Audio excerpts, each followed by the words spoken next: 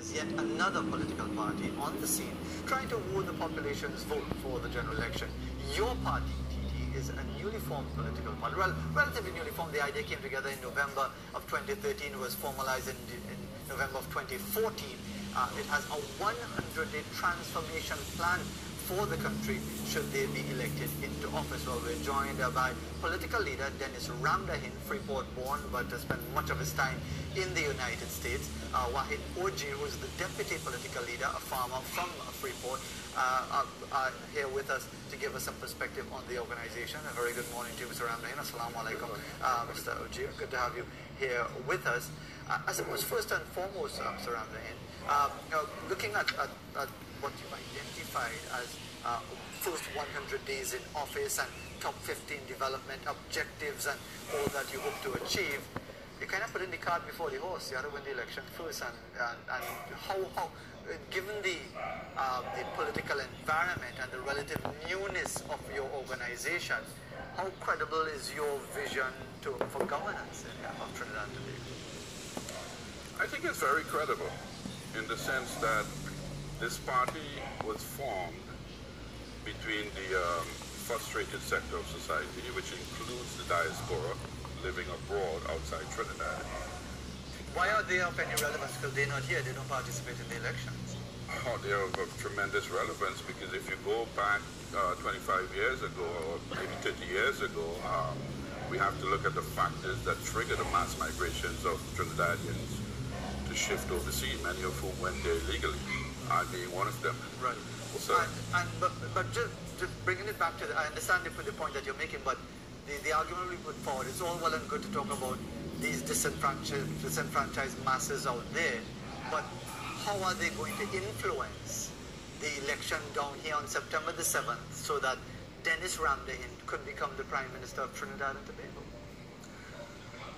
The diaspora has a huge role to play, and I just didn't want to take up much time talking about the diaspora in this interview, but we look at the last 30 years, the diaspora responsible for contributing almost on paper, on record, $120 million annually in wire transfers, plus a lot of in-kind contributions, which if you factor is in the billions of dollars almost. Okay, I understand you don't want to spend all the time talking about that, but we want to get your plans and policy and objectives, because at the end of the day, if you are saying seriously that this organization is a real political force for the general election, is this infrastructure in place? Are you going to be contesting 41 seats? How many seats are you going to be contesting? What's the plan? Yes, we are planning to contest 41 seats because we are of the opinion that for the last 53 years, there have been a two-party system primarily that has not really delivered to the standards that are expected. And what we are really pushing is a major sustainable development front. Myself being an international respected sustainable development practitioner, I am involved in many disciplines. I'm bringing in an army of experts and professionals to help move this agenda forward. Mr. Ogeer, if I could bring you in here, because you are also from Freeport, as you mentioned. You're a farmer, and you would probably be described by the wider population as the classic ULF, UNC, DLP type voter, and that you would have supported what would be described as an Indian-based party. That is how you would have been characterized. Why have you decided to come on board with this organization to be the deputy political leader of your party, TT? Why have you decided to do so? Well, I have been doing experiment on plants.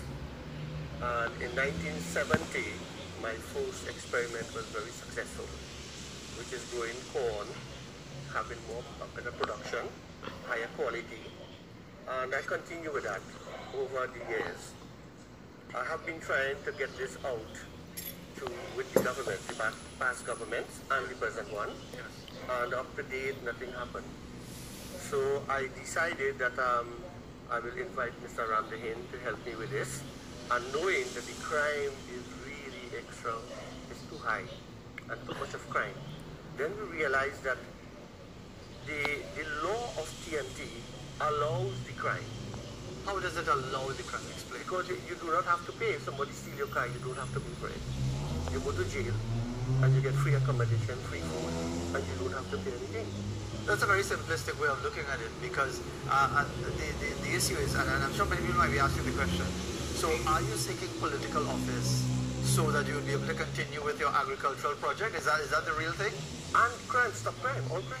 That's a strange combination. And Mr. Ramdahin, I suppose, okay, let me ask you, Mr. Ogeer, to respond, because it appears that your motive is more about you fulfilling your particular objective rather than the good of the country.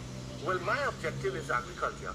But in order to continue agriculture, you have to stop stealing. We have to stop all stealing and trespassing. That's where the farmers did this cut production. All right, Mr. Ramdahin, if you are to be considered seriously as a serious contender in the political mix right now, it requires a tremendous amount of resources, a tremendous amount of support if you're going to mobilize to contest all 41 seats. And there's very little time prior to the election of September the 7th. Are you in a position to mobilize resources and forces to do that? We are currently mobilizing resources and forces, yes. The professional sectors are coming on board this platform. Have any of them willing to publicly endorse your party? Yes, they will be soon. In fact, on the 15th of July, we are launching our manifesto. And in that crowd, there will be many familiar faces. And give me a sense as to how you expect to prevail in an election, because just last Friday we had the launching of the Third Force movement with some prominent public personalities who were just fairly recently in active politics with the present administration and fell out with them.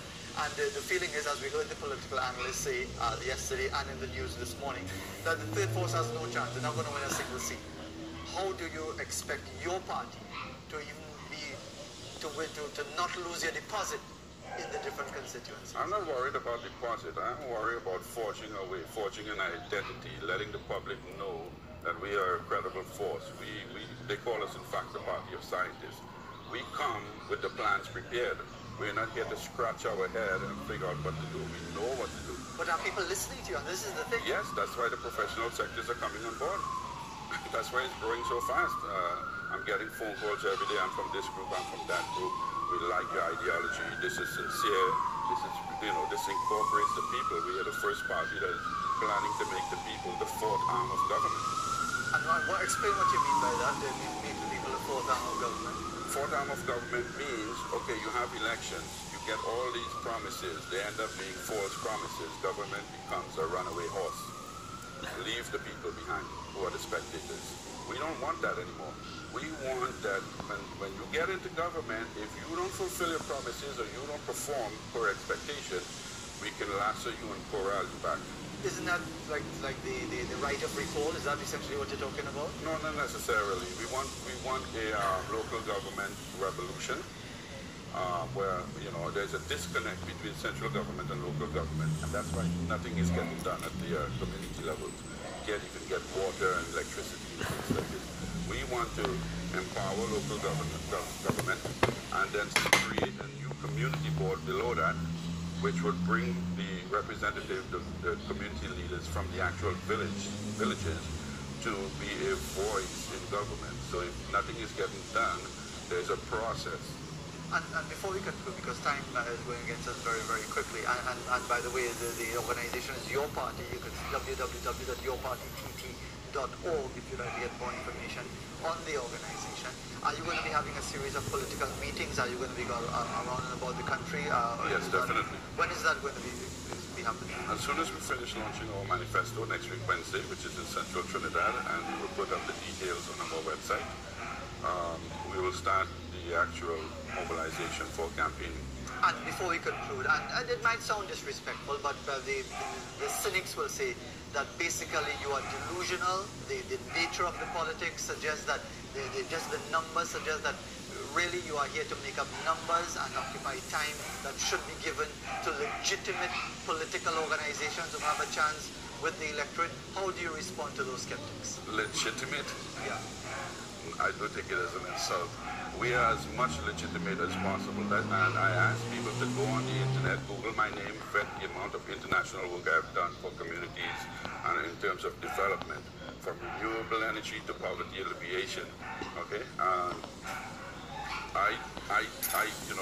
To say that the big parties are legitimate, what are they legitimately doing? I mean, well, legitimate in the sense that the people of Trinidad and Tobago have voted for them? Every day you see a distractor factor on television. Either some type of corruption or just something is happening. And the real focus on the people to develop the communities, to empower people, to grow this economy, to create jobs, to empower youths is not happening. Well, we'll have to wait and see. The launch is on the 15th of July. The launch of the manifesto. The launch of the manifesto of your party is going to be on the 15th of July. You can go to the website www.yourpartytt.org for more information. And we'll see how they develop. Lots of political players coming into the mix ahead of the general election, and we'll see how it transpires. We'll take a break and continue in the second hour of